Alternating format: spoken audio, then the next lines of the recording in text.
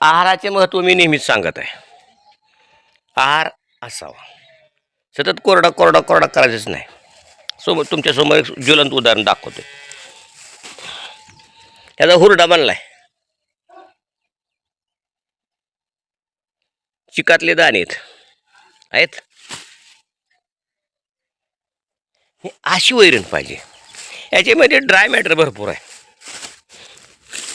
काय चिपड याच्यामध्ये dry matter आहे, भरपूर आहे. त्याच्यामुळं वाळलं वाळलं म्हणायचं नाही. हिरव्यावर दणका द्यायचा, पचते चांगलं. हे परभणी मोठी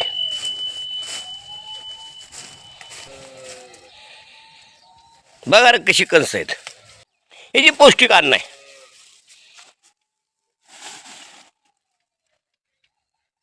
याची खरी गरज आहे.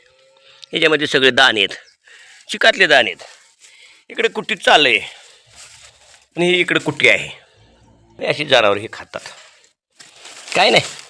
हे बघा, हे कणीस कुठं मकाच्या नादी लागत आहे. एक मक्याच्या जागेवर ही जी 5 कणसं आहेत. कोण उजवं? एक मक्याची चिपाट तुम्ही लावताय 2 बाय 1 वर, 1.5 बाय 1 वर. आणि हे 1.5 बाय 1 मध्ये 5 चिपट असतात. त्याचं वजन पण जास्त होते, त्याचं टनेज पण जास्त होते. आणि हे जे 5 कणसं एका मक्याच्या कणसाला ऐकत नाहीत. याचं ड्रायमीटर जास्त आहे. मक्याचं ड्रायमीटर 15 आहे. याचा ड्रायमीटर 25 ते 28 30पर्यंत पण जातो, जरा सुकल्यावर. वाळल्याची गरजच नाही, वाळलं म्हणायचं नाही. जर कडवळाची वैरण असेल तर वाळलं म्हणायचंच नाही, मस्त पेक टाकायचं. आणि त्याच्या जोडीला नैसर्गिक पशु आहार. हे नैसर्गिक घटक आहेत.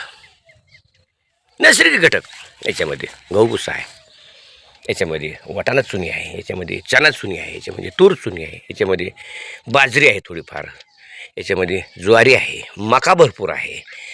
आणि अशा पद्धतीचं हे नैसर्गिक पशुखाद्य, काही केमिकल नाही. गूळ आहे, मीठ आहे, अनेक मिनरल्स आहेत चांगले, फॉस्फरस आहेत, कॅल्शियम आहेत, सगळं आहे.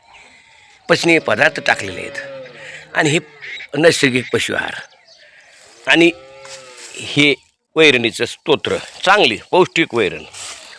आणि मग हे सगळं खाऊन झाल्यानंतर खाल्लेली जनावरं ही आहे पहिलारू कालवड.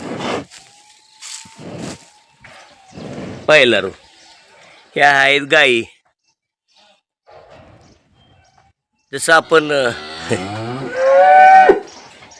देवाला कटाळे सोडतो का, कटाळे, तशा गाई आहेत.